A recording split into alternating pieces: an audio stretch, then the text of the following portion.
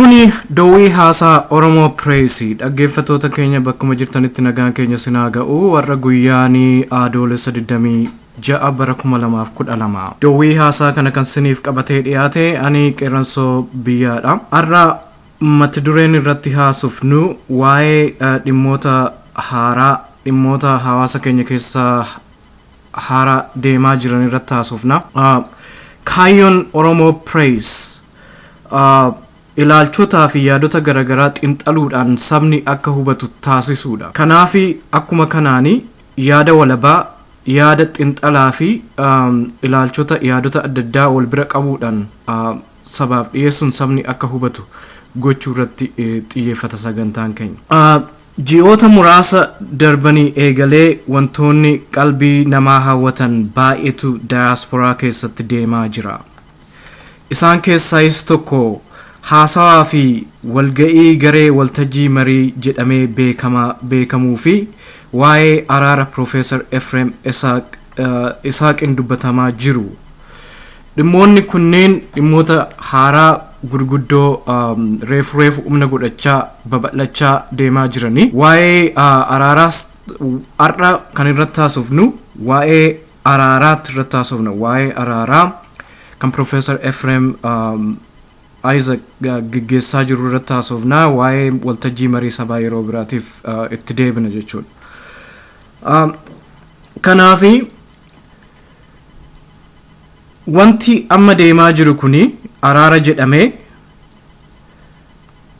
mooraa qabsoo bilisummaa jabeessuu danda'a moo mooraa qabsoo bilisummaa laaffisuu danda'a? Ummata afaan faajjessuu danda'a moo yookaan raatessuu danda'a moo ummati akka dhimmi adda addaa galuuf gochuu danda'a? Dubbiin araaraa amma maaliif ka'e? Dubbiin araaraa amma yeroo abbaa-irree Mallasaa Zeenaa biyya adda addaatti yaalamaa jirutti, dhibamee yaalamaa jirutti ammatti ka'uunsaa maaliif barbaachise? Waggaa 4 guutuu eessa turanii? Waggaa 21 guutuu eessa turanii? Waa'ee araaraa kan baroota 1990mootaa kan 2008 akkasumas immoo kan fashalan irraa maaltu adda godha? Isa jedhu irratti xiyyeeffanna. Kanumaafuu akka nu wajjin turtan sinafeeraa gara sagantaa keenyatti ceena jechuudha. Galatooma. Egaa akkuma jennee har'a wanti irratti haasofnu waa'ee araaraa irratti haasofna. Araarri kun jechi isaa mataa isaatiini. Araara inni aadaa Oromoo keessatti deemaa jiruu fi araarri yookaan immoo negotiation inni faranjiin jettuun yookaan dantaa irratti hundaa'anii falmachuu yookaan immoo akkuma gabaa yoo deeman namoonni akka namni waan itti gurguru sana waan dura gatii jedhe sana irraa gadi buusu yookaan immoo gatii sana akka ol baasu namoonni in dubbatu.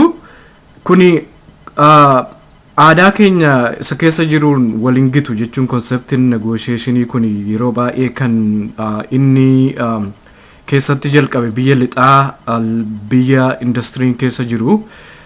Rakkoo gabaa rakkoo waan adda addaa deebisuu irratti kan xiyyeeffatu ture. Waanuma hundaafu jechi negotiation jedhu afaan Oromootiin barbaaduu yaaleen ture argachuu hin dandeenye. Kanaaf araaraa fi negotiationii gidduu garaagarummaa guddaatu jira. Ammatti garuu wanti maanguddoon Oromoo Professor Efireem Isaaqiin gaggeessaa jiru kun araara mata duree jedhamu jalatti deemaa jira. Dubbiin araaraa ammatti maaliif barbaachise? Yeroon ammaa kun akkuma beekamu yeroo biyya keessatti sochiin adda addaa itti deemaa jiru, keessumaayyuu sochiin amantii Islaamaa cimee itti fufee mirga amantiitiif namoota mirga amantii gaafachuudhaaf magaalaa Finfinnee keessatti Haasaa keessatti iddoo adda addaatti sochii amantii giddu galeessa godhatu geggeessaa jiru. Qeerroon Oromiyaas akkasuma immoo warri qabsoo amantiidhaan alaa geggeessuus qabsoo mirga hiree murteeffannaa Oromoo geggeessaa jiru. Mallas yeroo ammaa kanatti dhibamee biyya adda addaa keessatti akka yaalamaa jiru haasa'amaa jira.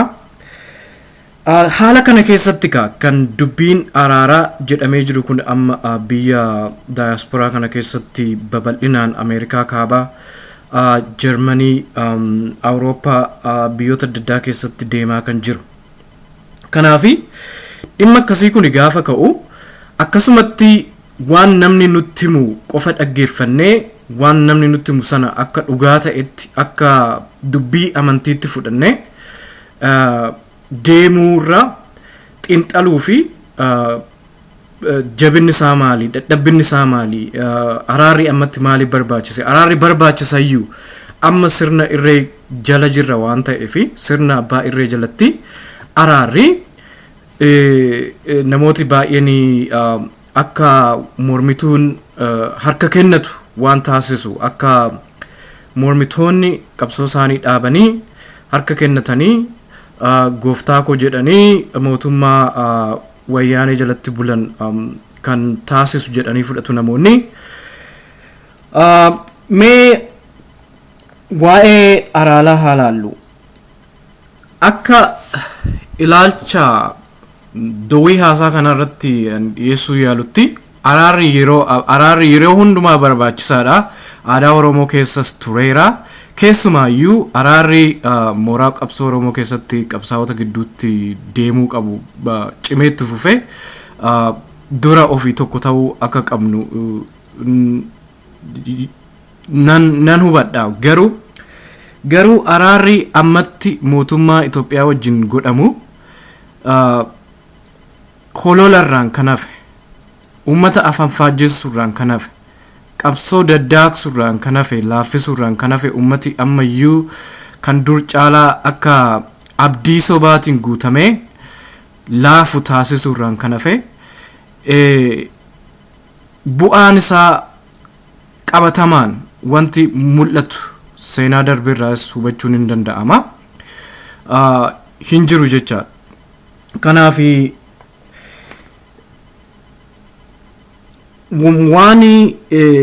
wanti akkas nu jechisuu danda'u tokkoffaa ammatti araarri kan ta'u namootuma walitti araarsanii namoonni akka gaarii waliin dubbatanii akka wal jaallatan akka waan adda addaa waliin godhan qofaaf otoo hin taane araara jechuun kuni araara gaggeessitoota siyaasaa gidduutti ta'u otoo hin taane ummati Oromoo ammatti cunqursaa hamaa jala jira. Araarri ta'u kuni ummata Oromoo giddu galeessa kan godhate ta'uu kan qabuu fi ammatti qophiinsaa hin jiru. Araarri ammatti barbaachisaa wanni hin taaneef tokkoffaa muuxannoowwan adda addaa yoo ilaalle fakkeenyaa fi araarota negotiation jennaan egaa araara jechuun baay'ee nama rakkisaa konseptiinsaa wal qixa miti waliin gitu. Kanaaf araaruma jennuuni ammaa fi dubbiin mootummaa abbaa-irree wajjin godhamu qabsoo gargaaramoo ummata gargaaramoo abbaa-irree sana gargaara kan jedhu namoonni adda addaa haga umni waraanaa fi umni politikaa waliin gitinitti abbaa-irree gargaara kan jedhan hedduutu jira. Fakkeenyaaf Jean Sharp faa muuxannooleen biroos kan waa'ee araarri yoomitti ta'uu akka qabu dubbatan hedduutu jira. Haal duree jiraachuu qaba. Araarri yookaan dubbiin yookaan wal dantaa ofiitiin falmachuun yookaan negotiation isaa inni jennuun suni deemuu fi haal dureewwan gurguddoo hedduun jiraachuu qabu. Haal dureen jiraachuu qaban suni fakkeenyaaf bara Afrikaan kibbaa waggoota hedduudhaa fi cunqursaa apartheid jala turtetti mootummaan biyya bilchaa ture abbaa-irree ture. Sanyii tokkotu biyya sana olaantummaadhaan bitaa ture. Sanyii bicuutu biyya sana olaantummaadhaan bitaa ture. Sanyiin suni yeroo sanatti humna waraanaa umna politikaa, umna diinagdee, umna barnootaa of harkaa qabu ture. Kanaaf yeroo sanatti wanti qabsoon barbaachisaa ture jechuudha. Umna sana jijjiiruu fi umna ummata baay'ee wajjin akka walgitu yookaan immoo ummati akka umna harkaa buusee abbaa-irree sana laaffisee akka inni haasaadhaaf yookaan dubbiidhaaf qophaa'u taasise jechuudha. Kanaafuu muuxannoon Afrikaa Kibbaa waan baay'ee nu barsiisuu danda'a jechuudha. Waa'ee dantaa ofiif falmachuu yookaan negotiation isa jennuu fi waa'ee araaraa laalchisee jechuudha. Inni guddaan haal dureewwan adda addaati. Fakkeenyaaf haala umni waliin ginne keessatti yookaan haala qabsoon keenya laafee mooraan keenya bakka adda addaatti ba'ee ummati tokkummaadhaan hiriiree falmachaa hin jirre keessatti dhaqanii araara jechuun keessumaayyuu araara mootummaa wajjin taasifamu jechuudha. Araara akkasii suni harka kennachuu jechuun ni wayya. Sababiin isaa akkasuma waan ta'eef jechuudha. Kanaaf harka kennachuu dura umni akka walgitu taasisuun baay'ee barbaachisaadha. Umni akka walgitu kan taasisu sochiin ummataa yoo jiraate biyya keessatti sochiin ummataa karaa adda addaa kan deemu amma hin jira karaa qeerroo Oromiyaa karaa sochiiwwan amantii giddu galeessa godhatan kan mootummaa sana raasaa jiran hedduutu jira ammatti. Inni isaan jabaatanii itti fufuu qabu jechuudha. Maaliif itti fufuu qabu? Umni wal hin ginne kun akka wal gitu jechuun humni wal caalu kun akka amma nuyi akka ijoolleeti wayyaaneen akka nama guddaati. Sababiin isaa umni isheen qabdu guddaadha. Qabsoon keenya garuu baay'ee laafee waan jiruuf sadarkaa ijoollummaa irratti argama jechuudha. Kanaaf haala akkasii keessatti haasaa keessa galuuni mo'amuuf karaa banuudha jechuudha. Tarsiimoon yookaan immoo maloon adda addaa jiru kan ittiin otoo haasaa keessan galin dura qabsoon milkaa'uu qaba. Mootummaan aangoo irra jiru kun rakkoon karaan ittiin furamu hedduudha. Haasaa araara fi dantaa ofiitiin qofa falmachuudhaanii miti. Waraanonni adda addaa wal dhabbiineen adda addaa addunyaa keessatti kan deemanii baay'een isaanii kan dhumanii yookaan baay'een isaanii kan xumuraman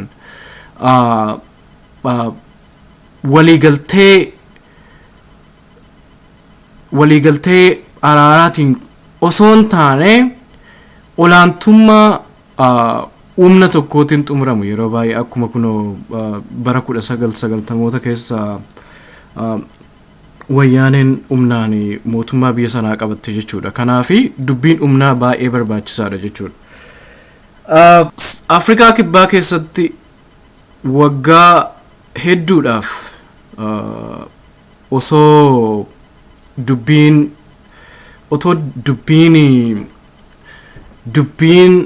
yookaan araarri idilee otoo hin jalqabamin dura araarri miti idilee yookaan immoo mootummaa sana kan cinqaa ture sochii ummataa ture jechuun qabsoowwan farra apartheid addunyaa keessatti baay'ee babal'atanii ture. Yeroo sanatti hawaasi addunyaa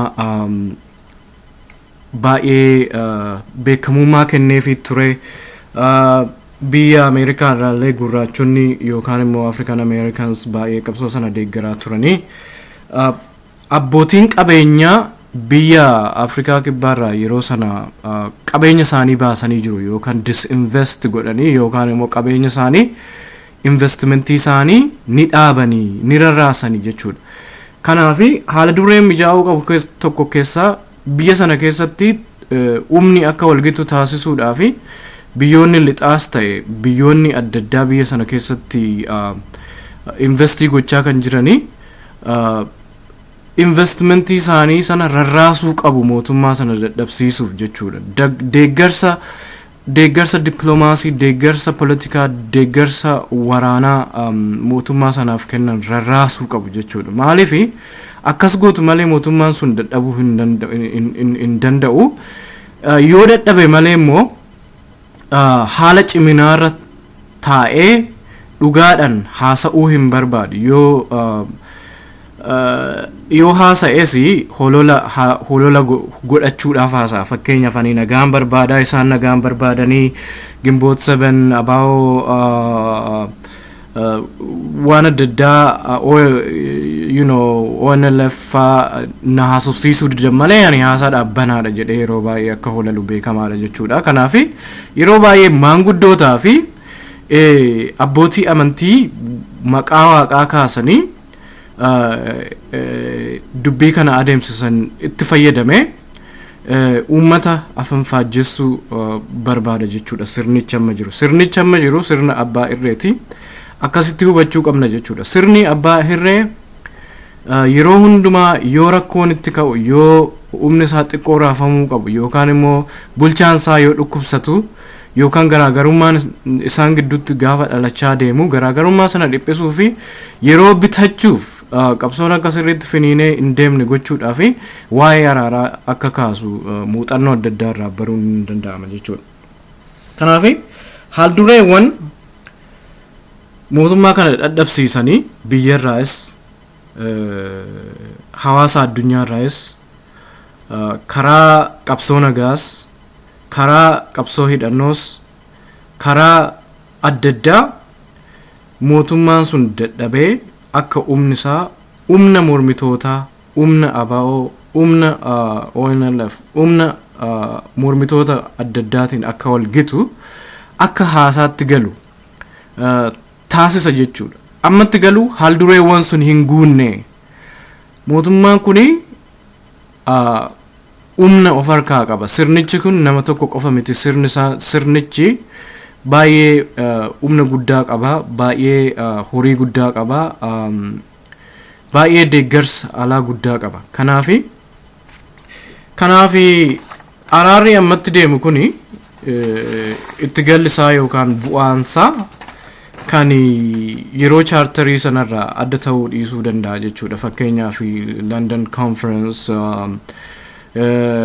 konferensii Finfinnee waan adda addaa sana yeroo chaartariidhaaf dubbatanii dubbiin adda addaa godhamaa turetti ammas dubbiidhuma akkasiititu deebi'ee dhufaa jira fakkaata. Namoonni tokko immoo namoonni bebbeekamoonii fi ciccimoonii dubbii sana waan bitan yookaan dubbii sana waan fudhatan ni jiran fakkaatu. Muuxannoo darbeerraas namootiin baranne jiraachuu danda'u yookaan wanti hin beekamnes deemaa jiraachuu danda'a. Waan akkasiiti. Kanaaf dubbii araaraa kana wanti adda godhu ammatti ka'uusaa qofa otoo hin taane maaluma akka inni ta'eyyuu hin beeknu jechuun araarri kun walabaan deemaa jira yookaan third partiin yookaan namni jaarsummaa gidduu deemu walaba fedhii mootummaa biyya sanaarraa walaba araara kana adeemsa isaa yookaan processii isaa eenyutu to'ata yookaan eenyutu control godha yookaan obviously akka yeroo barbaadanii jaarsotatti fayyadamanii warri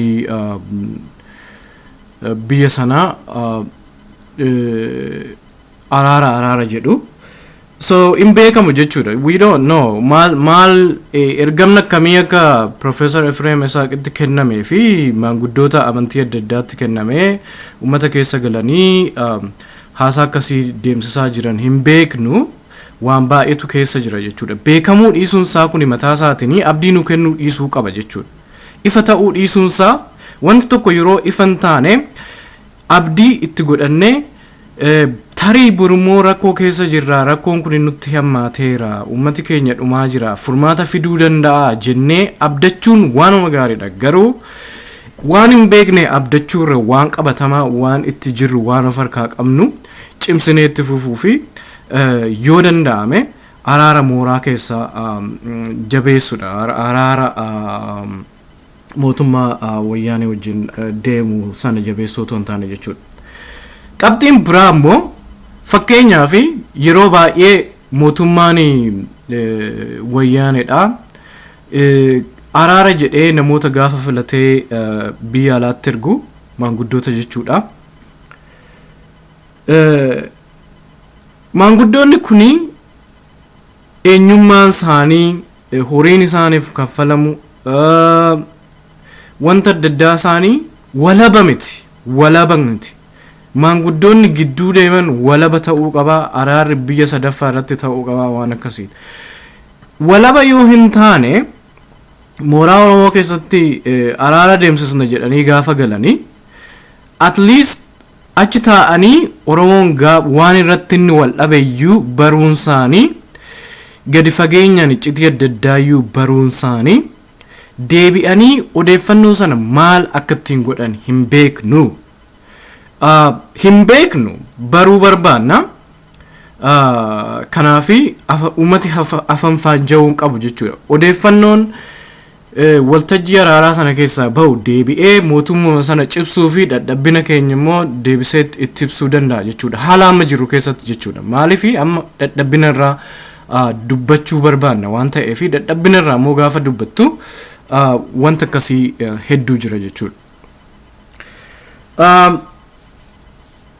Kanaafi araara amma deemaa jiru kana waa'ee holola araaraa amma deemaa jiru kana isa duriirraa maal adda godha? Fakkeenyaaf bara 2008 keessa mootummaa dhumti Itoophiyaa yookaan mootummaan Mallas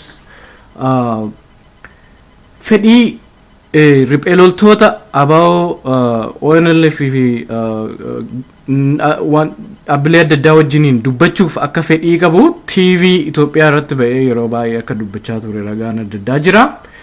Yeroo bara 2008 sanatti maanguddoota 125 Oromiyaa irraa walitti qabuudhaan hoteela Hilton Finfinnee keessatti guyyaa lamaaf hoteela Hilton keessatti maanguddoota keessumaa maanguddoota amantii akka barbaade bashannansiisaa, taphachiisaa, sirbisiisaa, obaasaa maaliif maanguddoonni kun haala akkasii keessatti yerootti tolee bakka adda addaatii dhufanii jireenya olaanaa jiraatan yookaan immoo jireenya upscale luxurious yookaan jireenya namatti tolaa gaafa jiraatan guyyaa lamaa fi maaliif wanti lolli sun akkuma itti fufuu barbaadu malee lolli sun akka dhumuyyuu hin barbaade natti fakkaata. Maaliif sababiin isaa isaanis dantaan isaanii mootummaan sun baay'ee gaariidha akkamitti akka inni nu obaasu akkamitti akka nu nyaachisu akkamitti akka inni hoteela baay'ee 4 star ta'e keessa yookaan immoo hoteela urjii 5-4 keessa nu bulchaa waan akkasii waan jedhaniif walabummaan qaban jechuudha.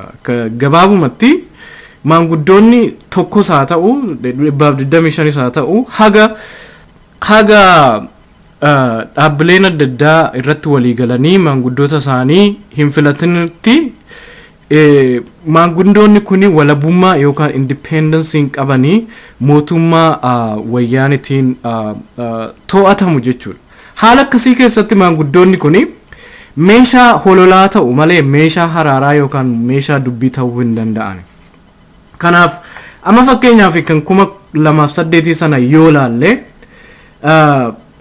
guyyaa lama booddee silaa dubbiin otoo ta'e ABO faa ONLF faa fi humnoota mormituu kaan gidduutti ta'a ture haasaansaa fi wayyaanee faa gidduutti ta'a ture garuu dialoogii jedhaniini yookaan haasaansaa araarisaa eventually baay'ee nama kofalchiisa maanguddootuma sana gidduutti ta'ee hafe jechuun ofumaaf mari'achaa turan malee warri wal lolaa turanii waan sanarraa qoodan fudhanne guyyaa lama booddee ibsa ejjennoo baasanii ibsa ejjennoo isaanii sunis mootummaan Itoophiyaa sun akkamitti akka inni araara baay'ee qophii akka ta'e nagaa akka barbaadu misooma akka barbaadu umnooti akka ABO umnooti akka mormitoonni biroo hedduunis xixinnoonis akkamittuu farra nagaa farra misoomaa farra adda addaa akka ta'anii mul'isuu irratti xiyyeeffate jechuudha yeroo sanatti. Kanaafi araara akkasii kuni yookaan dubbiin akkasii kuni baay'ee waan akka salphaatti ilaalamuu fi waan akka qoosaatti ilaalamee bira darbuu miti jechuudha. ummata gaagaa, ummata afaan faajjessaa, ummataaf abdii hin taane kenna yeroo abdiin hin jirretti jechuudha. Soba haasaan akkasii suni ifatti soba. Waan soba ta'e hubachuuni baay'ee barbaachisaadha. Namni afaan damma godhate sitti dubbateef jecha wanti namni sitti dubbatu suni dhugaadha jechuu miti. Kanaafi sabni keenya wanti nu hubachuu qabu yeroo baay'ee wanta namni jedhu xinxalee kuni dhugaadha, kuni namiidha, kuni waan adda addaati jedhee odeeffannoo sirriitti tamsaasuu akka qabu dubbachuun fi hubachuun baay'ee barbaachisaadha jechuudha. Kanaafi haraarri yookaan immoo dantaa ofiif falmachuun yookaan negotiation inni jennuun suni ammatti haaldureewwan akka South Africa keessaa yookaan akka Afrikaa Kibbaa keessaa sun akka hagan guutinitti araarri sun deemuu hin danda'u. Adeemsi isaa qabiyyeen araarichaa maanguddoonni filatamanii walaba hagan taanetti paartileen hunduu yookaan immoo dhaabbileen hunduu akka haga qooda keessaan qabaannetti araarri akkasii akka fashalu ijoollee xixinnoo nu beekuu dandeessi jechuudha ammatti jechuudha biyyatti. Kanaafi ummata keenyaaf wanti jechuun barbaannu ummati araarri yoo jiraate immoo qabsoon hin dhaabbataa, falmiin hin dhaabbataa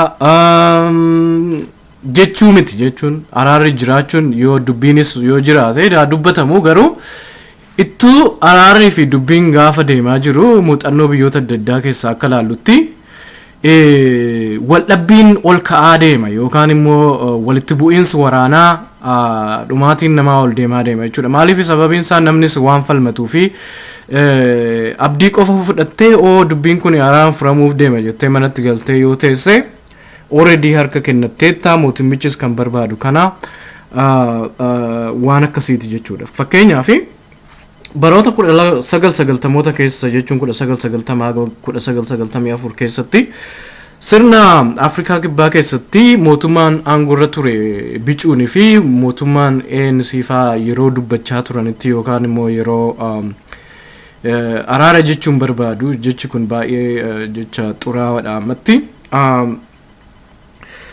Yeroo sanatti preconditioning yookaan haal dureewwan adda addaa turaniiru. Deeggarsi hawaasa addunyaa ture, biyya keessaa sochiin deemaa ture, loltuun NCdha yeroo sana inkomtu Sizwee faa warri jedhaman lolaa turanii umnaanii araarri jira jedhanii hin dhaamne aga filannoon bara filannoon suni waggaa 5 booddee geggeeffamee amma aga mo'anitti hin dhaamne jechuudha. Kanaafi abdii sobaa ofii kennuu fi abdii sobaa ummataa kennuudhaan fedhii ummataa afaan faajjessuun barbaachisaa miti jechuudha. Kanaafi mee muuziqaa gabaabduu booddee kutaa isa kaanutti ceenaa.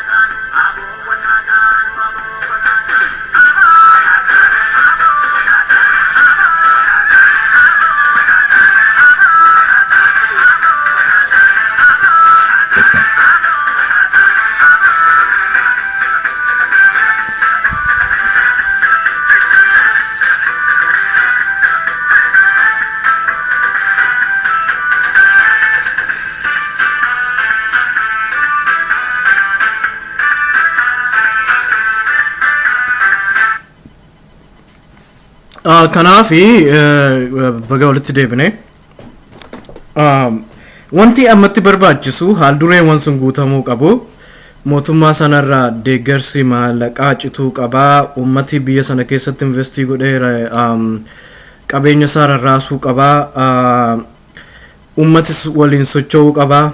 Danda'amnaan karaa secular ta'e yookaan karaa amantiin taane socho'uu qabaa.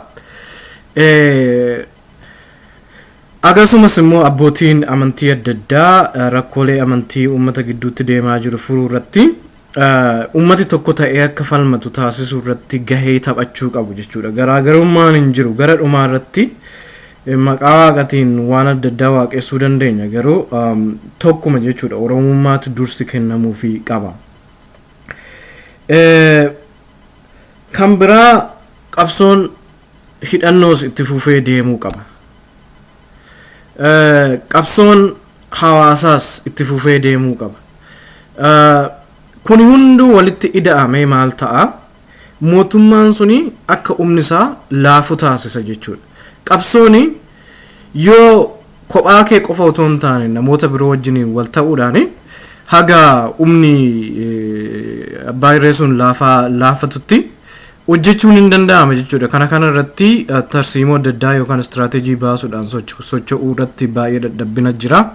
Maaliifii sababiin isaa ammatti mooraa qabsoo Oromoo keessatti walirratti garagaluu fi wal nyaachuu walamachuu waan dhiphoo adda addaa irratti waljibba guddaatu jira. Waljibba guddaan gidduu keessa jiru kana inni dursi kan kennamuufii qabu waljibba ummata keenya keessa galee jiru ummata keenya keessa diinaan galee jiru sana baasuu danda'uu qabna jechuudha otoo waan biraatti hin ce'in. Kanaaf dubbii araaraa kana araarri gadhee miti keessumaayyuu fakkeenyaa fi mooraa abaawoo kamaal galchuutiin geggeeffamus haa ta'u abaawoo daawud ibsaatiin geggeeffamus innis haa ta'u araarri mooraa keessaa gaariidha.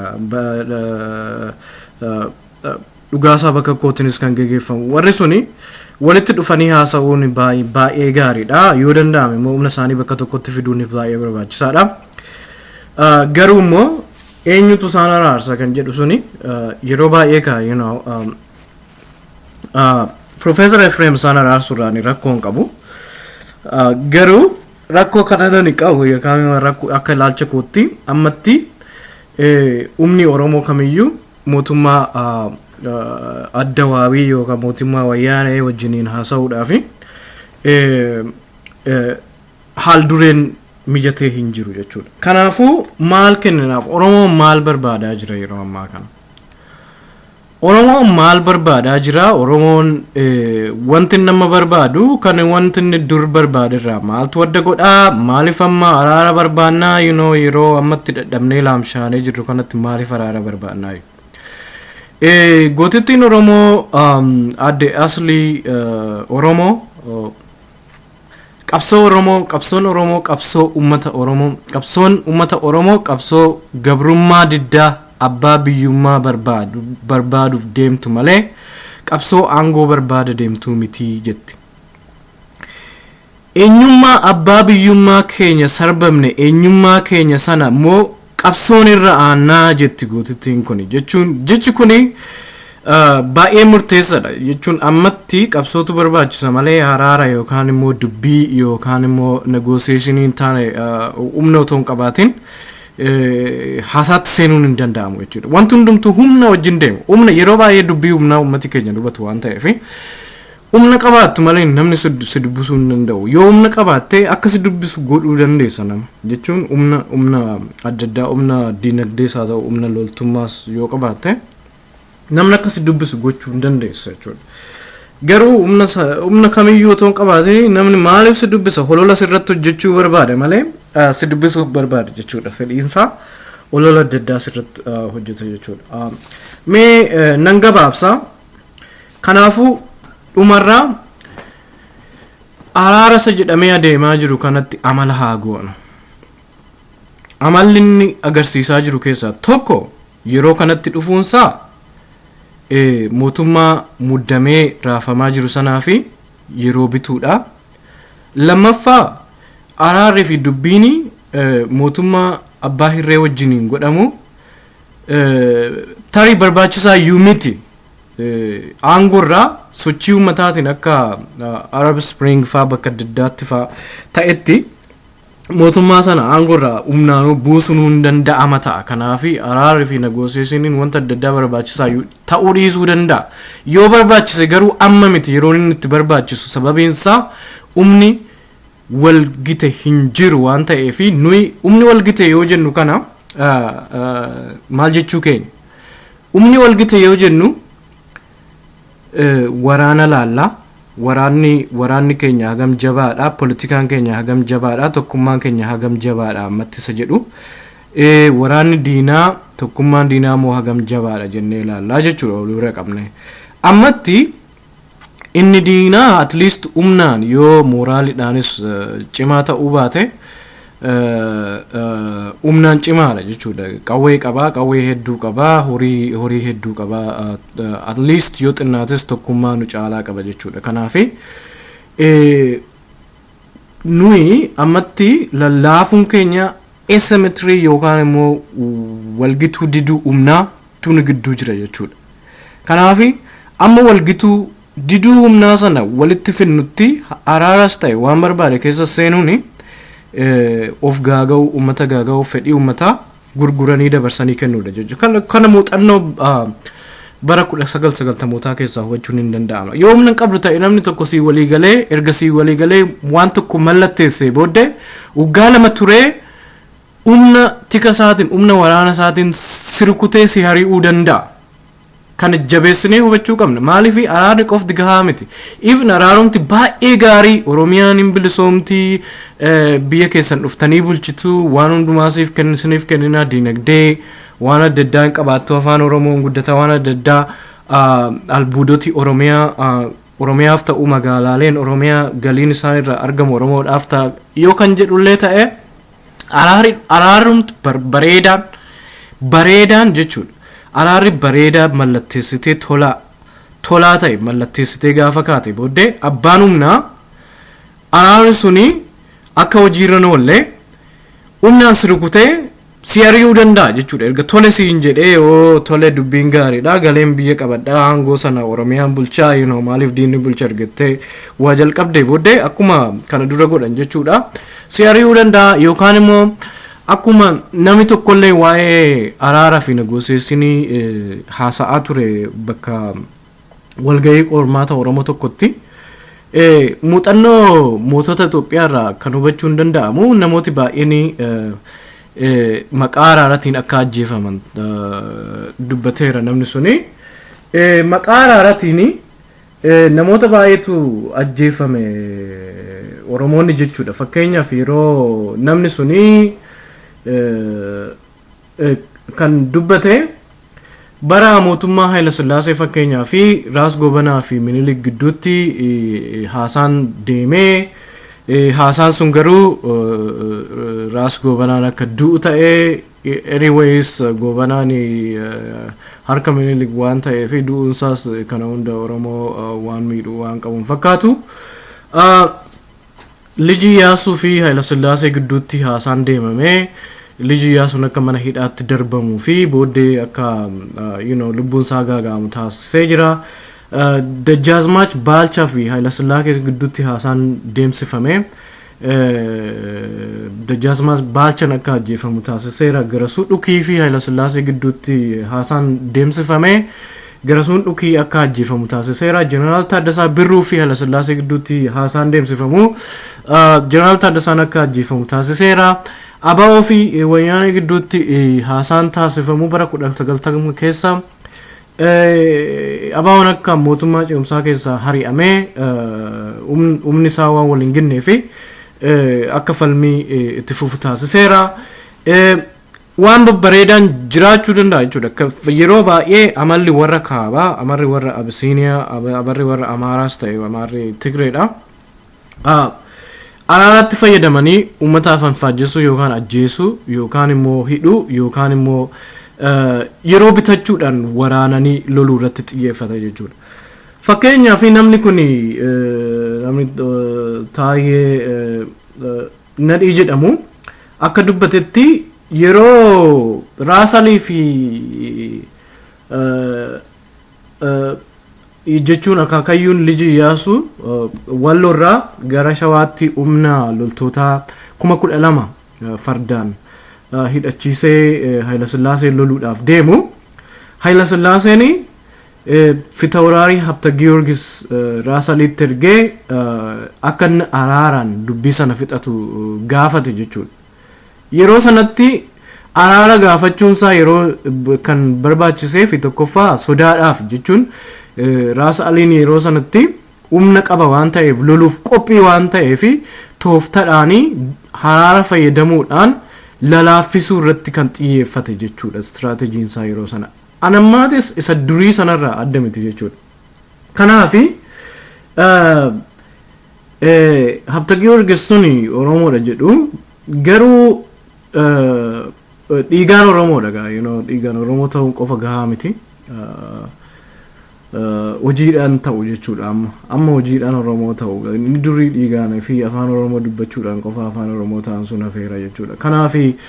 Kanaafi waan sana adda baasnee hubachuun baay'ee barbaachisaadha. Ummati akka hubatuu fi araaratti namooti maaliif akka fayyadaman hubachuun baay'ee barbaachisaadha jechuudha. Fedhiin Oromoo hiree murteeffannaadha. Hiree murteeffannaan kan danda'amu umnaan haga jabaattee loltee falmattee umni wal akka geessutti hagasitti wanti tokkollee dhufuu akka hin dandeenye dubbachuun hin danda'ama jechuudha. Kanaafi amaloonni araarri kun amma agarsiisaa jiranii propagandaadha. Holola lolli waan jiruu fi ummati biyyatti kaka'aa waan jiruu fi ummati akka laamsha'uu fi abdii sobaa akka godhatu holola ka'edha. Akkasitti ibsina jechuudha. Define gochuun barbaachisaadha waan tokko duukaa bu'uu qofa otoo hin taane jechuudha. Kanaafi Oromooni ammas Aadde Asliin kootii gochuu barbaada. Oromooni ammatti wanti inni barbaadu araara isa jedhu kana Aadde Aslii Oromoo haasaa keessatti hubachiisteetta jirti. Mee gabaabsinee haa dhaggeeffannu.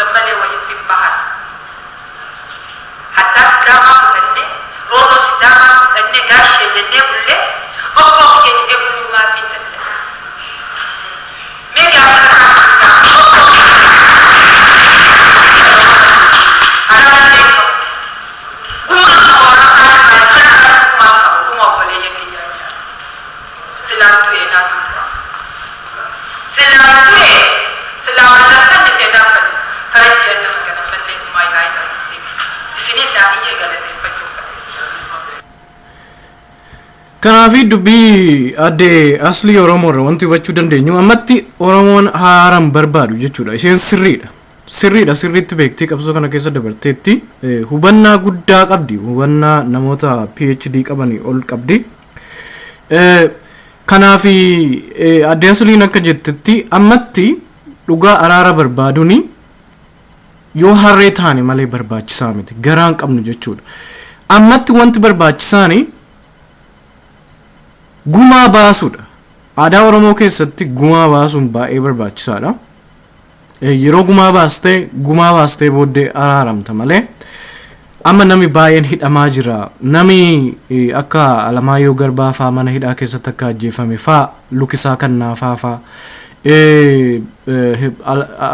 you know the brightest yookaan immoo baay'ee mataan isaanii baay'ee qaroo kan ta'e kan akka Gaddisaa Hirphasaa faa akkatti isaan ajjeefaman dubbatti dubartiin kun jechuudha. Ammatti sirni jara sanaa fi garaan laafini ammatti ummata Oromooti maaliif garaa laafa jennee yaaduu dandeenya. Maaltu adda godhe?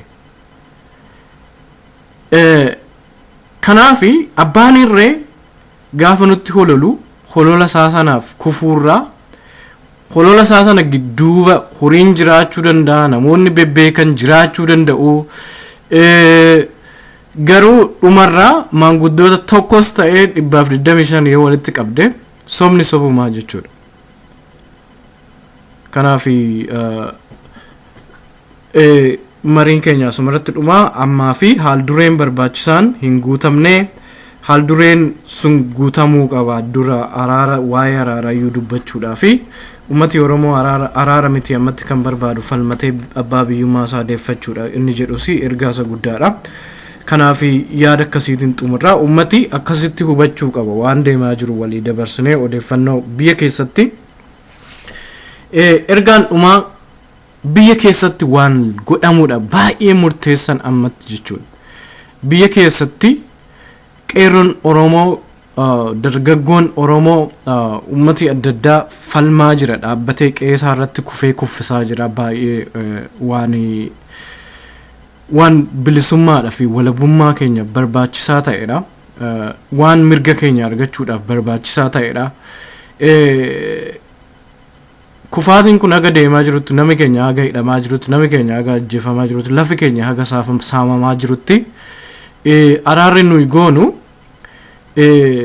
nama nu ajjeese wajjin nyaachuudha jechuudha. Laguun jira Oromoo keessatti araara qofa otoo hin taane warra harkaa wajjin nyaachuun mataansaa barbaachisaa miti jechuudha. Aadaa Oromoo keessatti warri harkaa warra harkaati aga dubbiin sun hin xumuraminitti jechuudha. Kanaafi warra harkaa wajjiniin ammatti haasa'uun barbaachisaa miti. Warra harkaa wajjiniin araaramuurra waluma mooraa keessatti araaramuu fi wal danda'uu wal jaallachuu waliif mo'amuu fi yoo danda'ame qabsoo kana gara tokkotti fiduu danda'uutu baay'ee barbaachisaadha jechuudha ammatti. Kanumaan sirba weellisaa Usmaayoo Muusaa kan baay'ee jireenya isaa qabsoo uummata kanaatiif wareegaa ture sin affeereen na dhaggeeffachuu keessaniif galatoomaa jedhee nagaa sinitti dhaammadhaa bakka jirtanii galatoomadhaa. Kuni Raadiyoo Hasaa Oromo Press kan qopheessee siniif dhiyeesse Qeerroo Biyyaati. Ergaanuudhaamu yoo barbaadan Oromo Press at gmail.com jedhaati iimeelii nuuf godhaa jechuudha. Dhaggeeffachuu keessaniif guddaa galatooma.